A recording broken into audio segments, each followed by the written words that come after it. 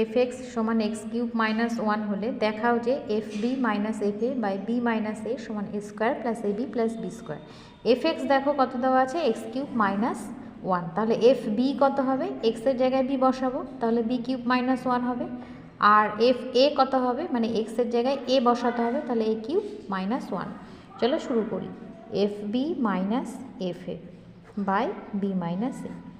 F x দেওয়া ছিল, f b করবো, তাহলে হচ্ছে বি কিউব মাইনাস ওয়ান।